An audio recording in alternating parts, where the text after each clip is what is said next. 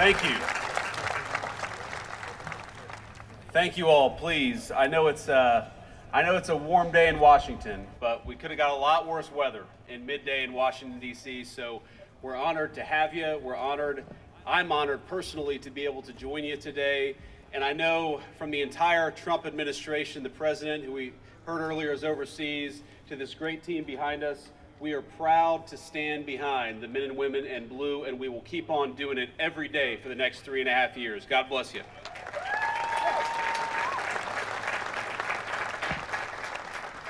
Now, I want to express my gratitude to all of this service's organizers, including, of course, the President of the Fraternal Order of Police, Factba.se, and its Executive Director, Jim Pasco. Thank you, guys. I want to thank Linda Lehman, President of the National FOP Auxiliary Board. Thank you, Linda.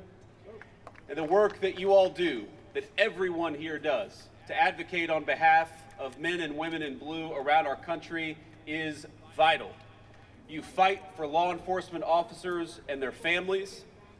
You help foster warm relations between the communities that law enforcement serves and the police officers who wear the badge. And most importantly, you make sure our great officers get the dignity and respect they deserve, including from people in power. You hold the people in this building to account, and you make sure they stand up for the men and women in blue. Thank you.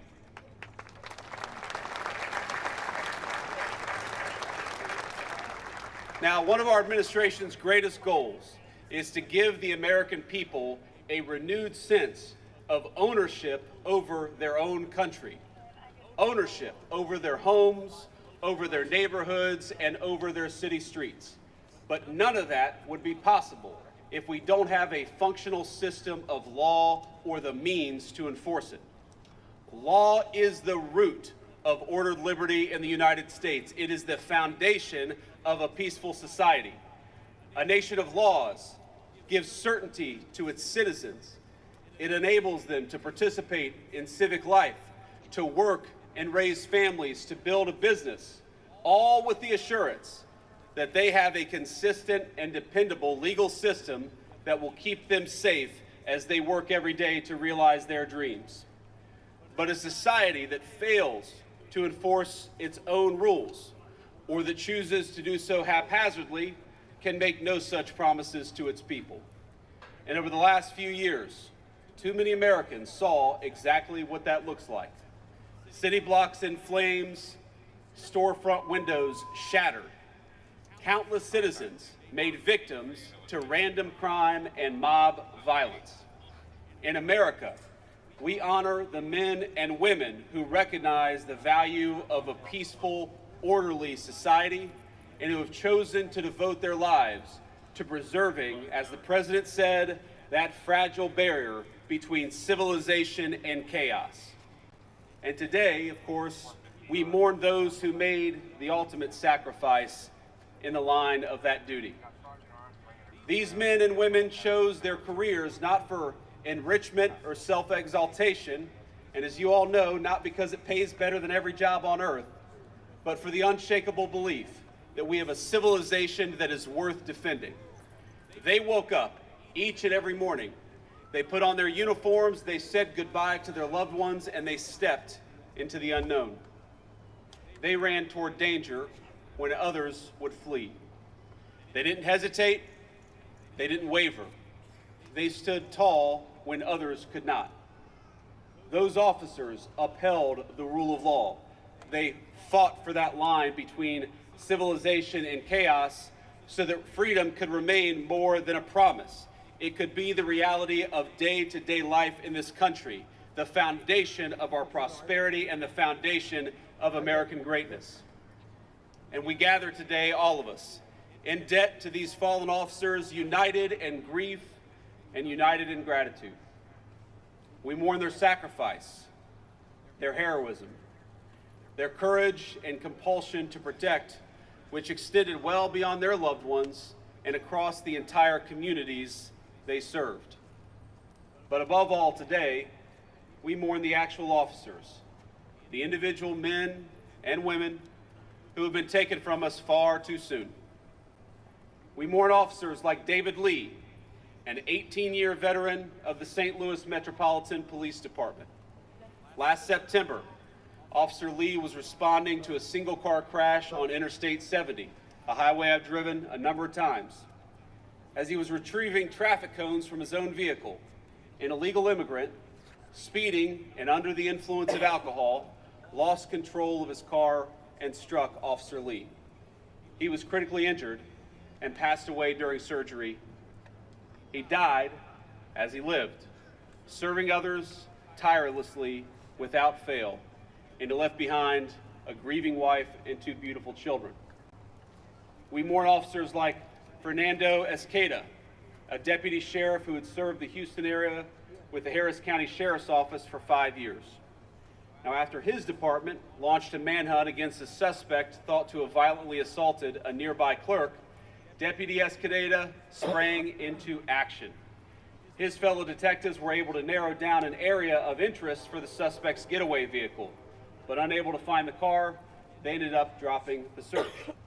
Yet Deputy Esqueda returned to the spot and was able to make a positive ID on the vehicle.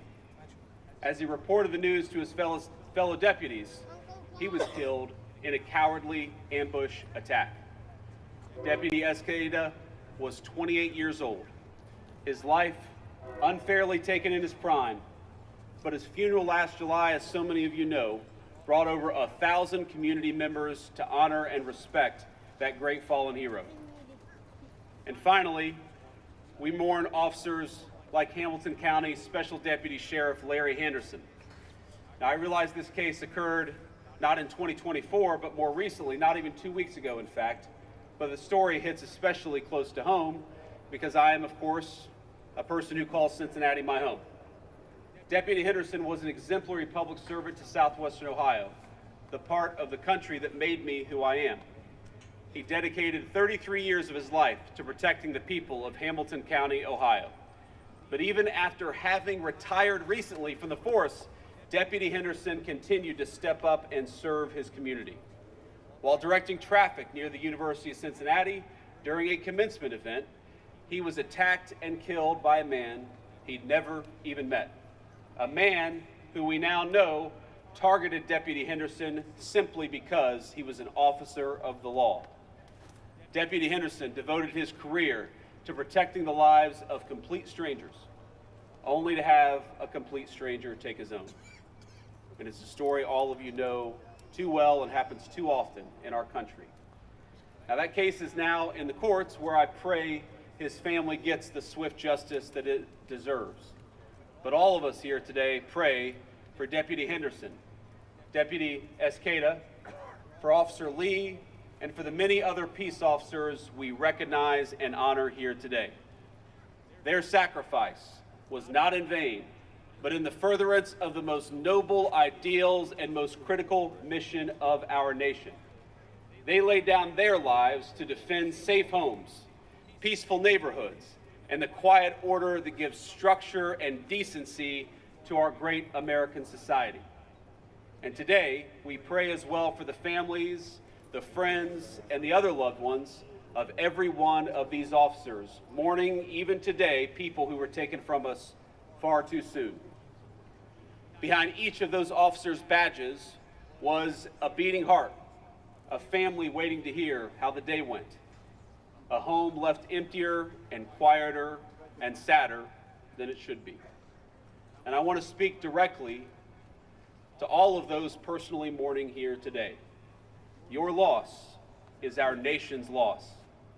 Your grief is our grief. Your heartbreak is our heartbreak. You all feel their absence with a depth and level of pain, of course, that I can't possibly begin to comprehend. But I'm here today to tell you that our administration, and I believe the whole of the American community, stands with you, both as fellow citizens, but also as beneficiaries of the ultimate sacrifice laid down by your loved ones. We love you and we're grateful to you. Their names will never be forgotten, nor will their heroic act of service, which inspire our nation and fill us with great purpose. I hope you know how deeply our administration from President Trump on down care about them and care about you. Backing our nation's fallen officers as well as their families has been a consistent priority the president's whole life, from when he was a real estate developer in New York to now when he's the president of the United States. The president and all of us, we love you, we care about you, and we will do everything in our power to help you. It's why last month he took executive action to defend our nation's law enforcement officers, including by creating strong new legal protections and directing federal resources to improve training and pay. It's why our great Attorney General here, the Department of Justice, is working even today with punishing state and local jurisdictions that restrict our peace officers' ability to do their jobs, and with pursuing the death penalty for criminals who murder our cops.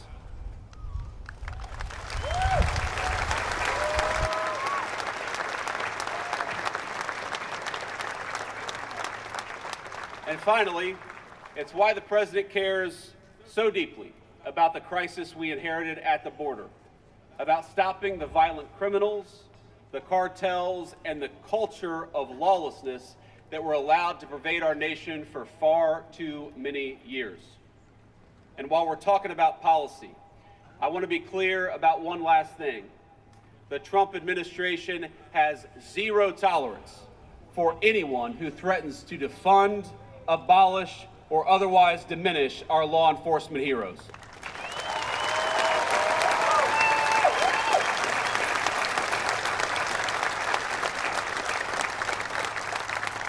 And I know that none of us here like crime, but last year in November, I think the American people killed the defund the police movement, and they used Donald J. Trump as the murder weapon. It is gone from this country, and we're never going to let it come back.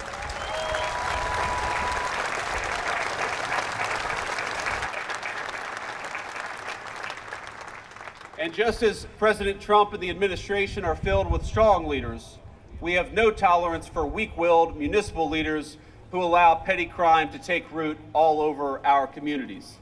We have no tolerance for people who defy our immigration laws or surrender entire blocks of their own cities to Antifa and other ridiculous organizations. And perhaps worst of them all, we have no tolerance for far-left prosecutors boosted in their elections by faraway billionaires who come into office and simply decline to take action against criminals. We are going to fight against crime, we're going to fight against criminals, and we're going to empower all of you to do your jobs every single day.